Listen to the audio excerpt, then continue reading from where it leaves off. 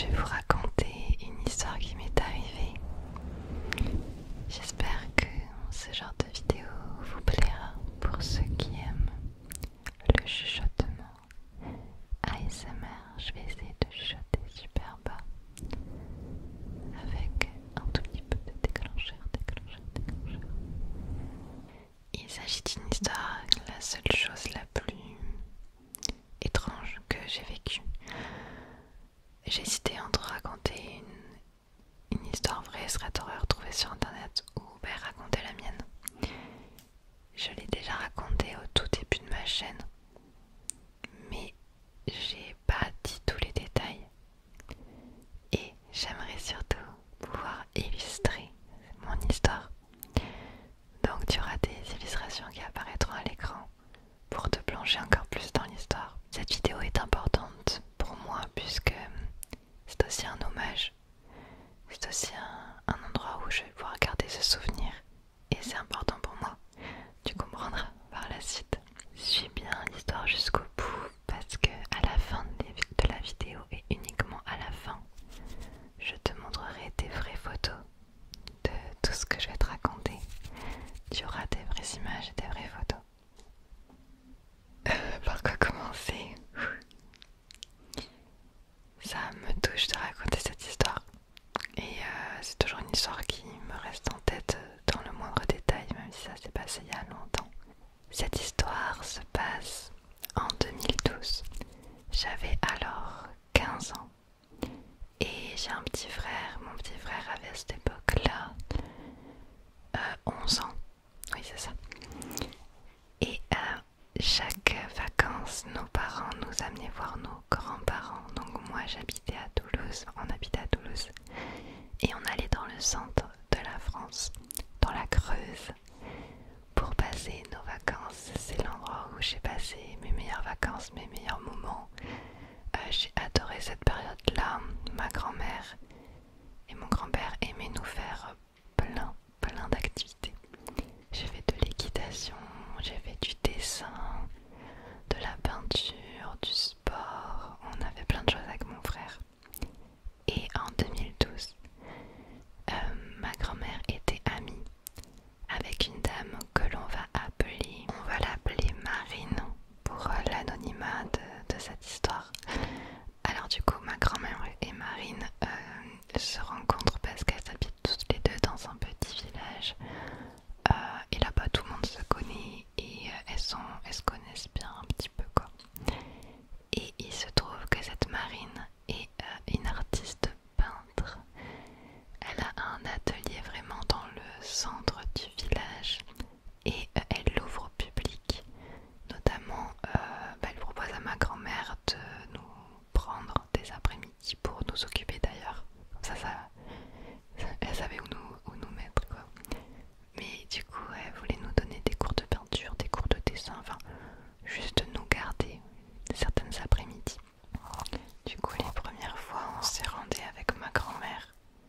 Puis après, avec mon frère, on allait tous les deux dans cet atelier parce que vraiment, on pouvait y aller à pied depuis chez ma grand-mère, depuis chez mes grands-parents.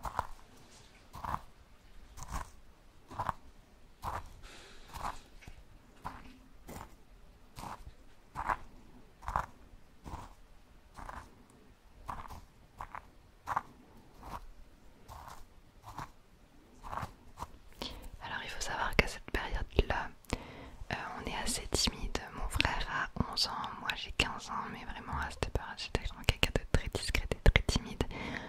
Mais je suis passionnée de dessin et de peinture, c'est vraiment un truc que j'adore. Et du coup on rencontre cette Marine pour la première fois. En fait, si vous voulez, il y a un grand portail et t'arrives direct dans un jardin avec à droite t'as la maison où c'est une façade de maison, t'as d'autres maisons à coller, mais ils ont leur grande maison en façade. Je vais essayer de vous expliquer comment c'était, comment ça s'est déroulé avec moi, les images qui m'en sont restées. Mon frère, lui, a certainement aussi peut-être plus de détails que moi, mais bon, il va pas se montrer forcément sur YouTube, ce que je peux comprendre. je sais qu'il a beaucoup de choses à dire aussi sur cette histoire. Et du coup, elle a sa dépendance. En fait, elle a construit, enfin je pense que c'est une dépendance qu'elle a aménagée pour en faire un atelier uniquement de peinture. Là-dedans, il n'y a vraiment que ses peintures, que son atelier. Et il y avait comme un petit étage. Encore une fois, je sais pas si c'était comme ça, mais dans ma tête, c'était vraiment très joli. Un escalier avec un balcon. Et dans le balcon, il y avait une porte en bois, donc qui donnait sous le toit, comme s'il y avait une pièce sous le toit. Et ça faisait une grande cabane comme ça. On commence à aller la voir. Elle nous donne des cours, elle discute. Tranquille, elle nous donne des choses à faire, elle nous donne du matériel et puis voilà. Et souvent ce qu'elle aimait faire, c'est, avant qu'on reparte, elle avait plein de livres sur les dessins. Et du coup, elle nous offrait des livres de tutoriels de dessin, de poterie. Elle faisait de la poterie aussi. Elle faisait de la peinture sur des assiettes. Et à chaque fois on repartait avec un petit livre, enfin vraiment adorable. Je vous ai pas décrite cette dame, Marine, parce que c'est important pour l'histoire. Marine, elle a...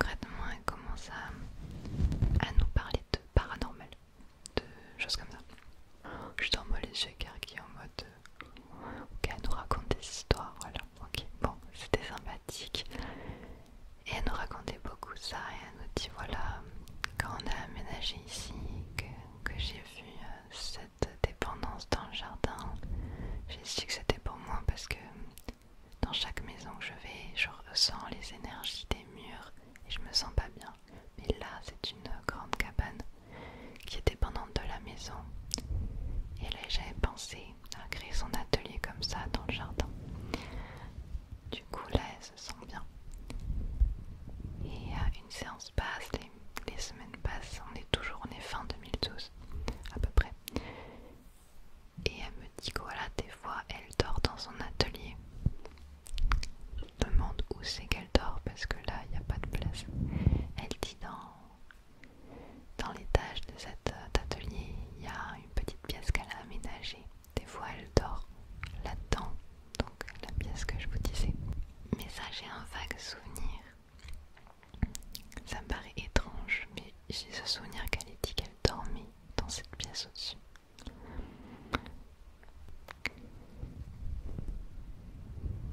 Un jour, elle nous raconte que elle fait une autre activité que la peinture qui lui prend beaucoup de temps. Elle nous explique qu'elle passe beaucoup de temps au téléphone. Oh, j'ai un flashback qui me suis revenu. Oh, j'ai un flashback qui m'est revenu, pardon. Ça me fait bizarre.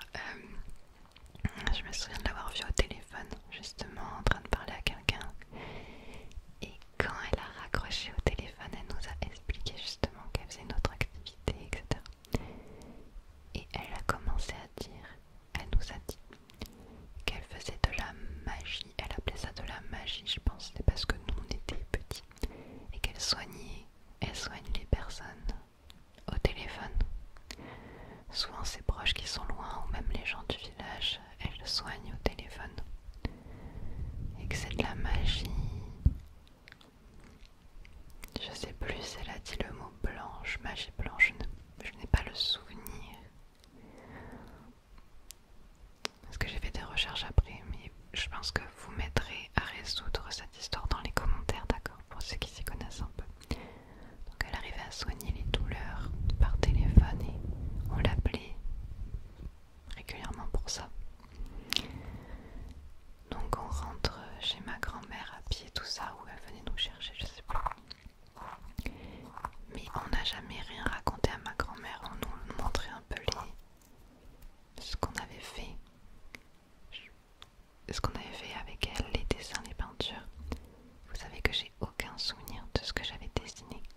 Tellement la seule chose qui m'intéressait, les seuls souvenirs que j'en ai, c'était cette dame et l'atelier où on était. Je n'ai aucun blackout complet de ce que je faisais de mes mains pendant 2 heures. Ça, limite, c'est passé en mode on s'en fout, tu vois. Et là, il se passe quelques mois avant d'avoir les prochaines vacances. Je crois que c'était passé bien un peu plus de temps que d'habitude parce qu'on n'avait pas pu aller la voir ou je sais plus. Donc on retourne un jour pendant les vacances chez ma grand-mère et on retourne voir cette marine. Et là, je remarque que quelque chose a changé dans son atelier. Il y a comme des nouvelles peintures, un nouveau style de peinture. Je revois un peu les peintures des forêts qu'elle avait fait qui sont toujours là. Mais il y a maintenant des paysages un peu plus sombres. Elle se met à peindre. Je dirais pas du jour au lendemain parce que je l'ai pas vu depuis un moment. Elle se met à peindre des paysages un peu désolés, un peu désertiques, des arbres sans feuilles. Donc dites-moi ce que ça signifie. Et il y a particulièrement un tableau qui m'interpelle et qui me donne un peu des frissons, enfin, qui m'avait marqué à l'époque. Je m'en souviens de fou. Et c'était au milieu en face de la pièce. Un cadre un peu plus petit que les autres. Avec une colline. Sans herbe. Sans rien. C'est dans les tons gris. Bleu pâle. Gris blanc. Et t'as un seul arbre. Qui a comme pris la foudre. Un arbre mort. Quand j'y repense, ça me donne des frissons. Mais en soi c'est très joli, c'est artistique, c'est joli. Mais moi ça me... Alors mon frère flash sur cette peinture, vraiment, mon petit frère il adore cette peinture. Mais moi je suis interpellée par le fait qu'elle ait changé du côté très boisé, très vivant, à quelque chose de mort. Et c'est là que ça commence à vriller un petit peu. Donc on continue, elle est toujours aussi bienveillante avec nous, mais elle a l'air un peu plus fatiguée, un peu plus moins souriante qu'avant. Mais normal, tout va bien. Et un jour, elle nous raconte qu'elle continue à faire son soin par téléphone, mais qu'elle le fait peut-être un peu trop, enfin qu'elle a conscience. Je saurais pas dire ces mots exacts et j'en suis désolée pour ceux qui la connaissent. Mais je vous dis ce que la signification que moi j'ai perçue. Je saurais pas dire mot à mot ce qu'elle a dit. En gros, elle nous faisait comprendre qu'elle avait conscience qu'elle soignait trop les gens au téléphone, qu'elle faisait trop ça et qu'elle sait que ça l'épuise. Et là, on arrive à un moment important, donc attends, je vais prendre mon temps. On va boire un peu notre boisson tous ensemble, ok?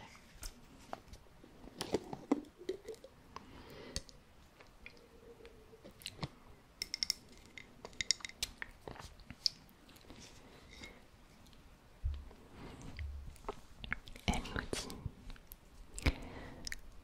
que ça l'épuise, qu'elle en a conscience, mais qu'elle se doit de continuer pour soigner les gens, mais qu'un jour ça la tuera et elle sait que... Elle nous dit que d'ici un mois ou 30 jours, et ça par contre je sais plus comment elle nous l'a dit, elle nous fait comprendre que d'ici un mois, elle en sera morte. Pardon, désolée, ça me... Je vais te le raconter comme ça me fait la chair de poulet. Et elle nous dit ça. Mais genre, nous on est des enfants, tu vois, et je me dis, mais pourquoi elle nous dit ça à nous? Peut-être parce qu'on a l'inconscience d'un enfant, on a ce côté un peu pur et qu'elle se dit qu'elle nous le raconte à nous, parce que voilà, peut-être parce que nous on peut la croire ou j'en sais rien. Et je pense aussi qu'elle avait besoin de parler, donc on était là au bon moment pour qu'elle nous dise ça. Peut-être. Mais bon, mon frère avait 12 ans, moi du coup, donc 16 ans. Elle me raconte ça. Mais bon, dites-vous qu'on en est arrivé là dans le sens où on la voyait régulièrement et que à chaque fois on avait 2 heures où elle nous parlait pendant 2 heures parce que je pense qu'il fallait bien faire la conversation parce que nous, j'étais pas enfant, j'étais ado, mais comme je vous ai dit, je parlais pas. Je parlais pas trop et mon frère encore moins. Et voilà, et du coup moi ça m'a marqué. Mon frère, il pourrait vous dire qu'on a entendu la même chose, j'en ai reparlé là quand maintenant il a 22 ans, bientôt 23 et on en reparle encore. Après le reste de la séance de l'atelier s'est passé correctement, on a dessiné, je sais toujours pas quoi. Et là, elle nous a offert beaucoup de livres. Et genre elle nous disait, est-ce que vous voulez un tableau? Est-ce que vous voulez des livres? Elle nous a donné ce jour-là beaucoup de choses. Je suis repartie, j'ai le souvenir elle a fermé son atelier, donc on attendait ma grand-mère j'étais assise par terre, je crois, avec mon frère à côté.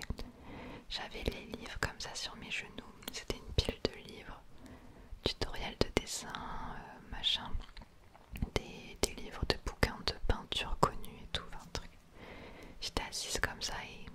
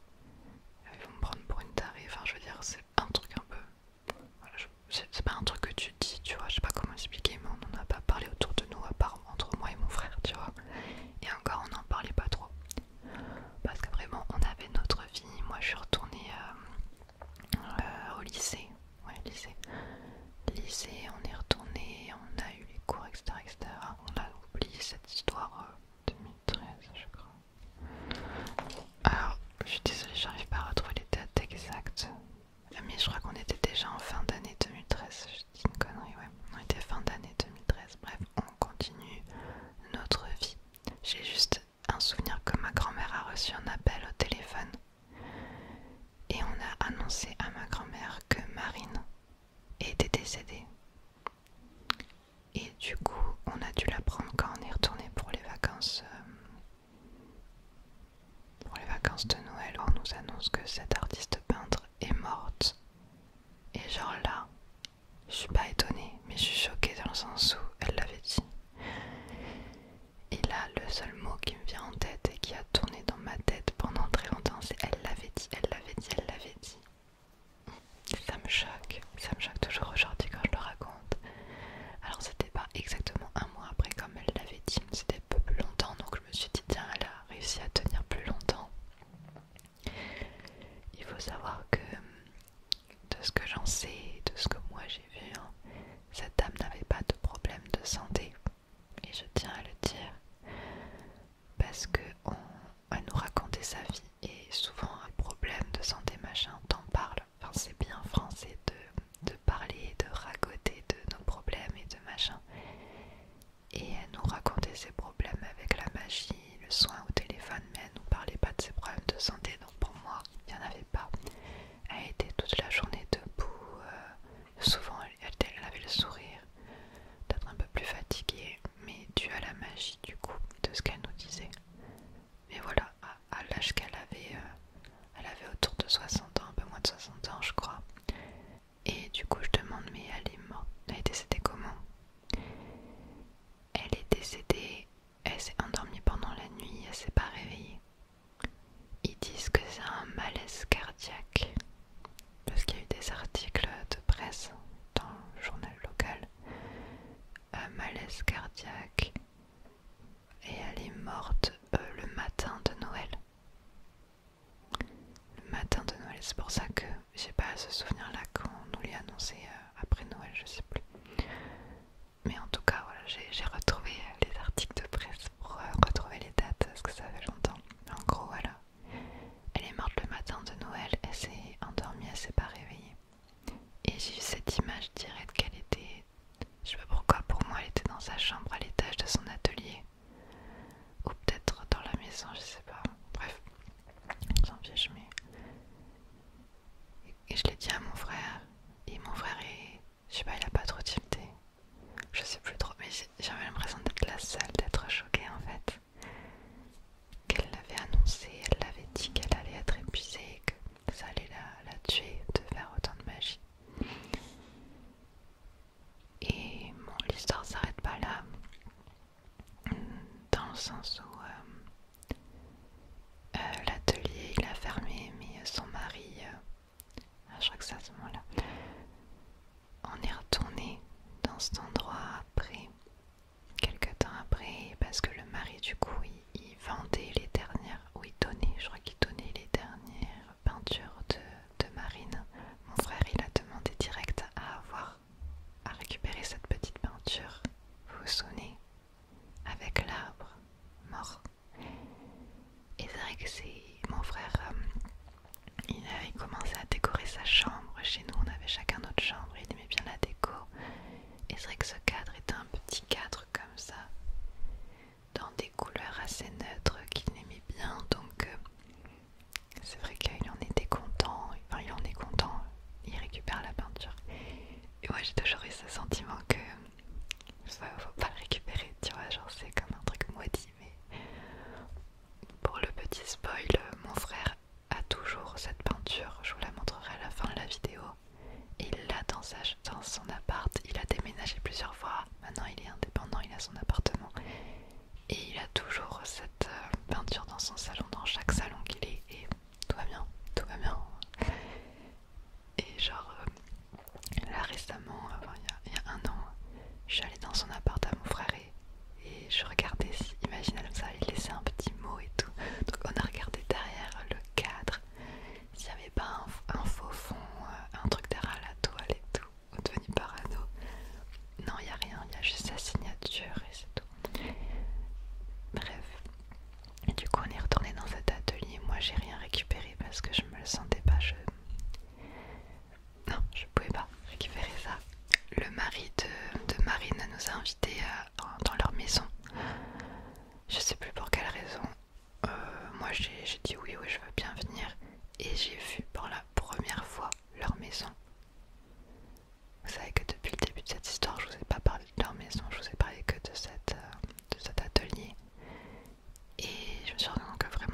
jamais allée de ma vie. Donc même quand j'étais en atelier avec elle, j'étais jamais allée aux toilettes genre.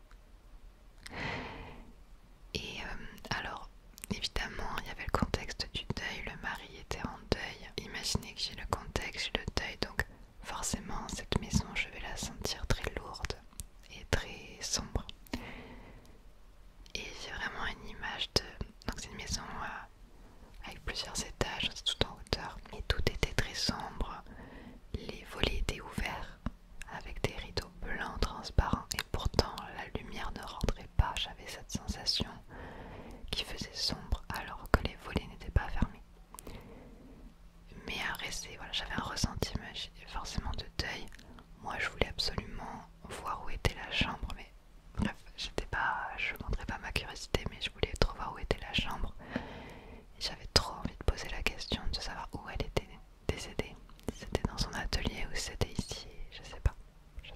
Moi j'étais rentrée dans cette maison en mode vas-y Marine, fais-moi un signe. Genre j'étais vraiment pendant cette période-là, puis je suis adolescente. J'étais en mode si Marine nous a dit ça à nous, c'est que c'est pas pour rien. Si elle nous a raconté son histoire, c'est que c'est pas pour rien. Du coup, je suis vraiment rentrée dans un objectif de m'ouvrir aux moindres sensations que j'allais ressentir dans cette maison. Si Marine voulait me faire un signe ou rentrer en contact avec moi, j'en sais rien du tout. Mais je vais vous décevoir, il s'est rien passé. Alors que j'étais ouverte à ça, mais il s'est rien passé. Après, je pense qu'elle n'était pas médium. Et donc c'est pour ça qu'après, j'ai essayé de faire des recherches. Alors pendant un moment, j'ai pas fait de recherches parce que je sais pas, j'avais pas l'envie.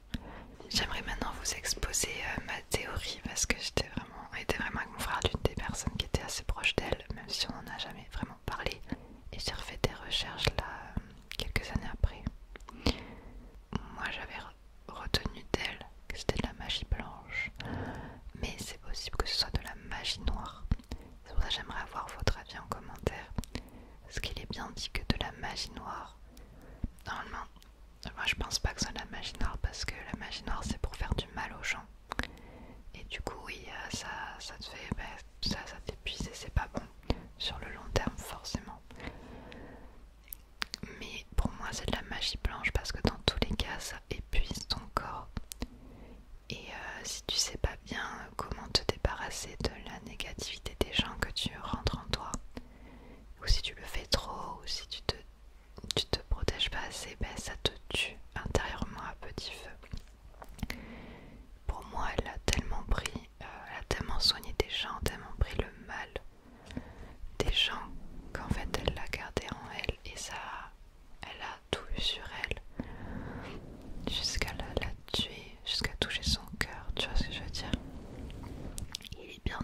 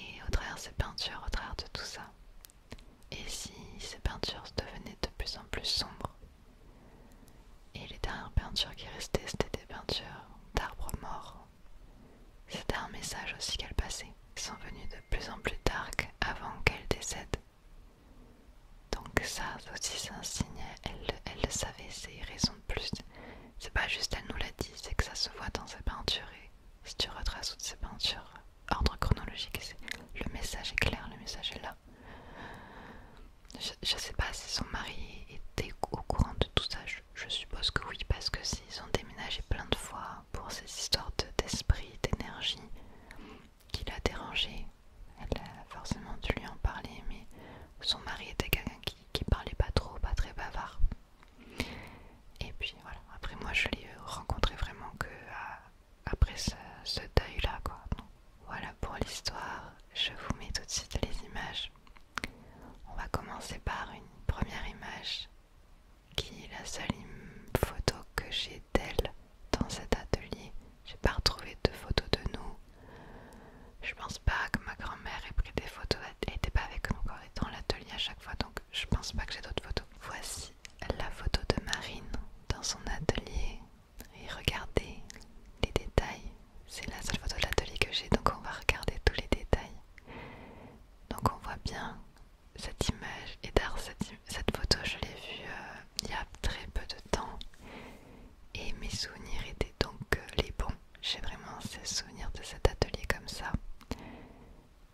Donc vous voyez tous les murs qui sont remplis de peinture, tous les objets sur la table, l'atelier qui est rempli d'objets et donc Marine qui est là assise en train de peindre. Et regardez le style des peintures. Ce sont des peintures, enfin on voit bien qu'elle fait des peintures d'été, de printemps. Tout le monde voulait avoir ces peintures dans son salon parce que dans la Creuse, on adore la nature, c'est vraiment le type de peinture qui se vend bien. Ensuite je vais vous montrer les peintures qu'elle faisait donc dans sa bonne période. Désolée pour la qualité des photos, c'est ma grand-mère. Je lui ai demandé là de me prendre en photo parce que ma grand-mère a toujours des peintures de Marine dans son salon. Du coup, j'ai demandé de m'envoyer des photos pour vous les montrer. Donc merci à elle. Donc voilà, cette toile elle est super grande. Je ne me rends pas compte de la taille, mais c'est très grand. Elle faisait aussi, ma grand-mère aimait beaucoup ses peintures d'automne. Moi je préférais quand c'était très vert, mais elle faisait aussi quelques peintures d'automne.